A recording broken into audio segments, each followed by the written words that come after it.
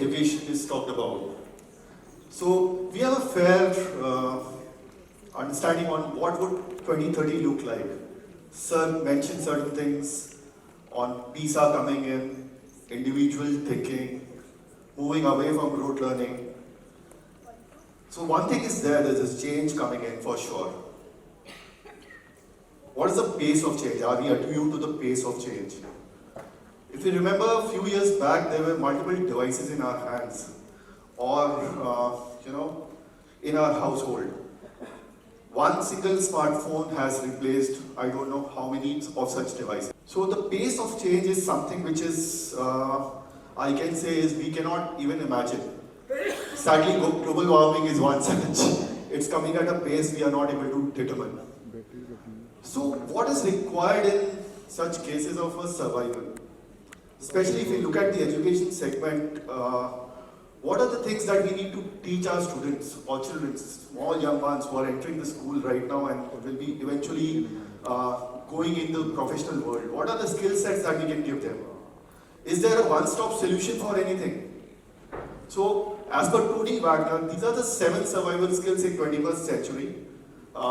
Critical thinking, problem solving, collaboration, effective communication, adaptation.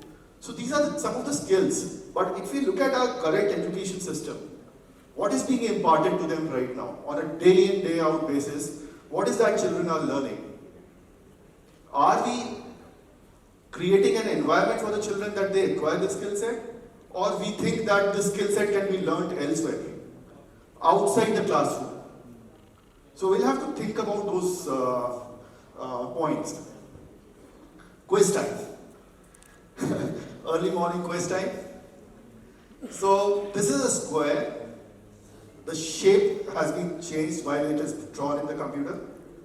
And it was asked to various people across grades, children and in certain cases teachers also. So I will not hold you too long. The answer is D. Just look at the answer, correct answer percentages. A class 4 student just gave us 16% answer, correct answer. Just by twisting the shape, I have not changed anything. And if I asked a why after that, the percentage comes down further. So the conceptual understanding is something which needs to be built. How do we do this? So one thing is very clear, I think we all recognize that the skill set needs to be imbibed, should be imparted to the children while studying. The world is changing fast. But if we look at how, do we have a handle on how?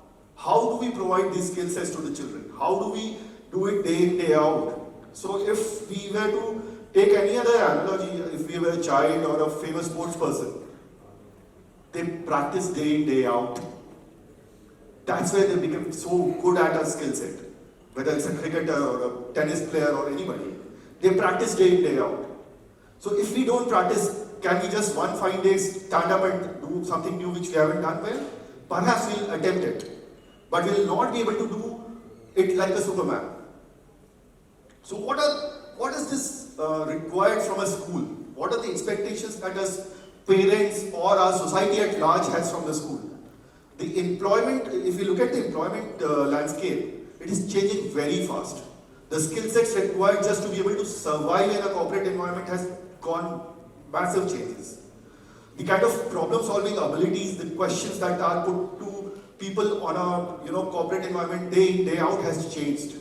So the skill set that is required is to be ability to think independently, problem solve, with a set of data that you haven't had before. So these all requires critical thinking abilities, and it was put by Tony Wagner.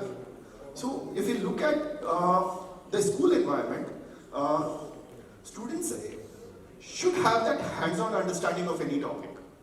Just knowing something is not enough anymore. What we do with that information or knowledge is very important now. I knew, like previous slide, it's a square, but what do I do with that information? That's very important. Xseed has worked with more than 3,000 schools across 8 countries. And these challenges are not new. A school in Tamil Nadu, a school in Nagaland, school in Kashmir have similar challenges.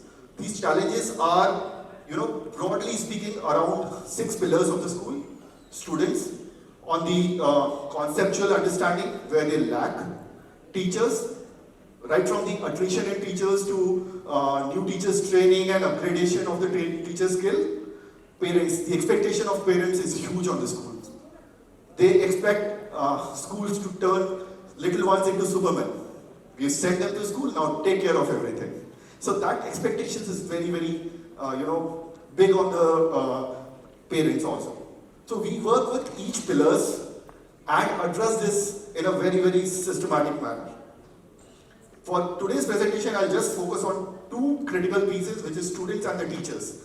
In most often cases, these are the 2 parties involved where the learning is happening. Teacher is imparting the knowledge and students are absorbing it or learning it. So Xseed is just like your Intel Inside. It's the advanced academic microprocessor of your school. And I say this for a fact because Xseed is the #1 elementary brand of education in the country.